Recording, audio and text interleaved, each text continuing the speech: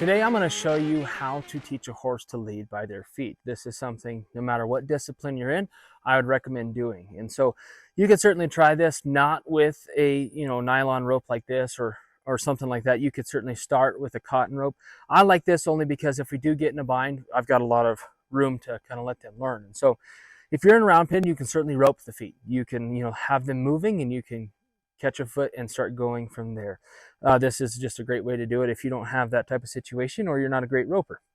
So when you go to do this, you need to be pretty understanding of what that means to a horse to have their foot roped. I mean, they're going to think they're dying. Some might take to it well, some might not. So take it seriously. Definitely know where your animal is, where you are, where your lead rope is. Try to keep yourself safe. So the goal here is to get the rope on the foot, let her accept it, and then try to teach her how to give to the rope. Okay, this is going to benefit you whether you're going to teach them how to hobble, if you're riding outside and their feet get stuck, if you're going to rope. There's honestly an endless amount of places where this knowledge is helpful. So it usually, in my opinion, starts with either picking the feet up or roping the feet. And so for her, I'm just going to get this rope on there for the sake of this video. We could show you other videos of fun loops to throw to try to get it on there. So I'm just going to pick a foot up and put this rope on there. So to start, I'm going to let most of my rope stay out there to the side, just so it's out of the way. I'm going to make sure to maintain contact with my lead rope. So if she were to spin and kick, hopefully I have some type of way out. So I'm going to go ahead and put this on her foot, holding my lead rope, watching those back feet. Okay.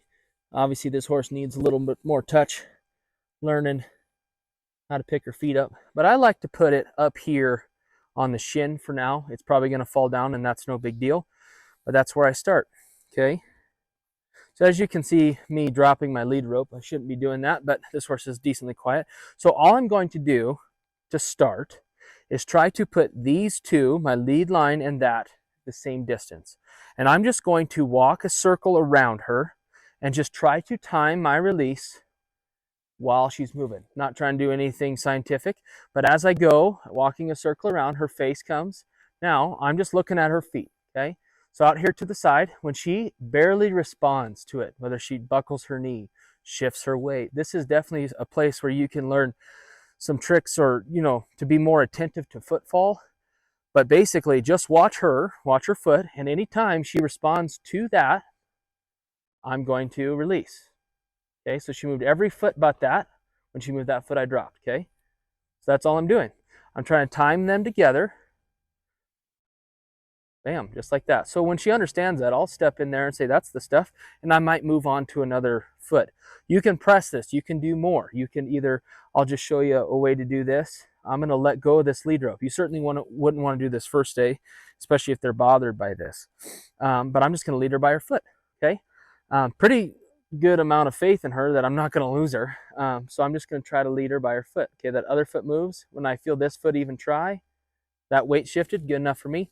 To help her, I'm just going to walk to her hip here and just see. There. She stepped it out. And you can see her head come. Let's see what happens. I'm going to put a little more pressure on. See her weight shift.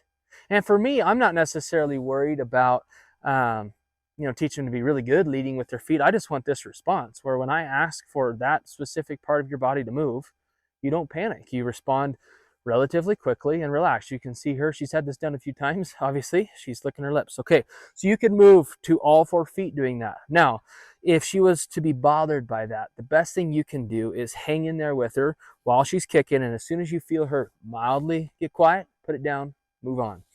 I think if you put too much pressure on them when they're young, you will teach them to quit.